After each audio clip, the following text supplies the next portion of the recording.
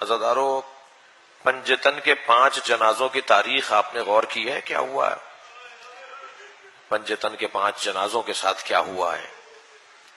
کائنات کے افضل ترین لوگ، جن کی وجہ سے اللہ نے ساری دنیا بنائی ہے، جن کی وجہ سے ہم کھا پی رہے ہیں، جن کی وجہ سے یہ ساری دنیا چل رہی ہے، پنجتن وعالین لوگ، جو حضرت آدم کو سجدہ کرنا ان کے لیے ضروری نہیں تھا، سارے فرشتوں سے کہا سجدہ کرو، اللہ کہہ رہا ہے شیطان سے کیا تو متکبر ہو گیا؟ یہ عالین میں سے ہے جو سجدہ نہیں کر رہا؟ عالین کو میں نے نہیں کہا ہے سجدہ کرنے کا، تو کیوں نہیں کر رہا سجدہ؟ وہ عالین لوگ، وہ بڑے لوگ جو اس وقت میں بھی موجود تھے،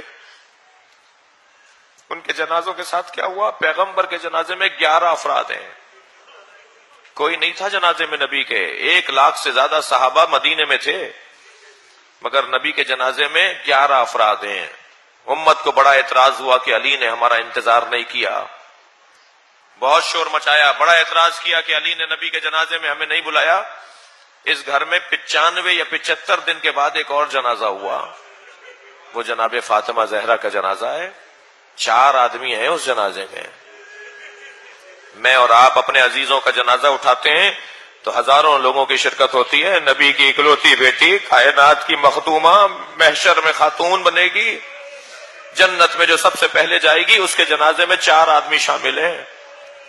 پھر امت کا اعتراض ہوا کہ اہل بیت نے ہمیں جنازے میں نہیں بلایا، تو اس گھر میں تیسرا جنازہ ہوا ہے مولا علی کا، اس میں 2 آدمی شریک ہیں۔ مولا علی کے جنازے پر اہل سنت کے مطابق 2 اور ہمارے مطابق 6 افراد شریک ہیں مولا علی کے جنازے پر۔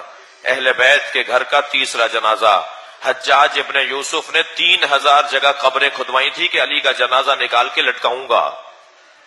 مولا کے جنازے کے ساتھ یہ ہونا تھا، تبھی امام جعفر صادق کے زمانے تک مولا علی کی قبر کا پتہ نہیں تھا۔ امام صادق نے بتایا یہ میرے جد کی قبر ہے۔ یہ جنازہ کا حال دیکھ رہے ہیں آپ، کیا ہو رہا ہے ان جنازوں کے ساتھ۔ تیسرا جنازہ مولا علی کا تھا، جو امت نے یہ انداز اپنایا۔ جی بڑا اعتراض تھا، اہل بیت ہمیں جنازوں میں نہیں بلاتے، اہل بیت کے جنازے اوپر کاندھا ہمت نہیں دیتی۔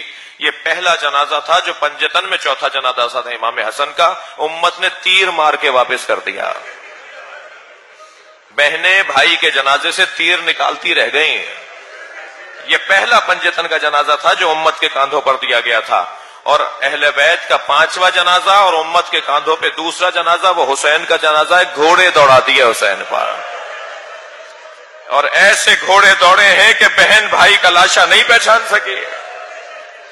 جب آئی ہیں جناب زینب اپنے بھائی کے لاشے پر، تو امام کی پسلیاں کمر سے باہر نکل رہی تھی، لاشا امام کا مزمحل ہو چکا تھا، مسلح ہو چکا تھا، سگی بہن برابر کی بہن نہیں پہچان پائی، تو لاشے کے گر چکر کاٹ کے کہنے لگی انت اخی زینب، کیا تم ہی زینب کے بھائی حسین ہو؟ اور پھر مدینے کا رخ کر کے نانا کو سلام کر کے کہا نانا یہ آپ کا حسین ہے۔ اور اس کے بعد میری بیوی نے لاشے کے گر چکر کاٹے۔ امام سجاد نے پوچھا پھوپھی اماں کیا دیکھ رہی ہیں؟ فرمان لگی سالم جگہ دیکھ رہی ہوں جہاں بوسہ لے سکوں۔ مگر جناب زینب کو امام حسین کے بدن پہ سالم جگہ دکھائی نہ دی، تو کٹی ہوئی رگوں پر لب رکھ دی ہے میری بیوی نے، کٹے ہوئے گلے پر بوسہ لے کر۔ پھر ایک مرتبہ امام سجاد سے کہا بیٹا میں جہاں بوسہ لے رہی ہوں وہاں کسی نے بوسہ نہیں لیا۔ ایک روایت اور سن لیجئے، آپ کی آنکھوں میں آنسو ہیں۔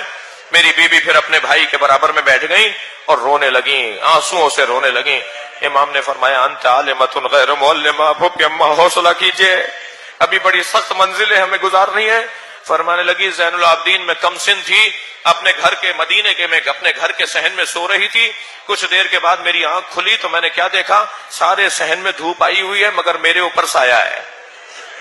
تو میں پریشان ہوئی، میں مضطرب ہوئی، سوچنے لگی یہ سایہ کیسا ہے۔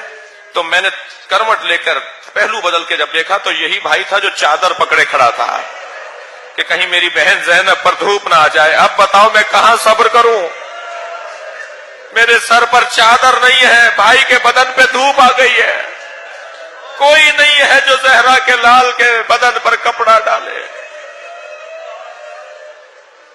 اللہ لعنت اللہ علی قوم الظالمین۔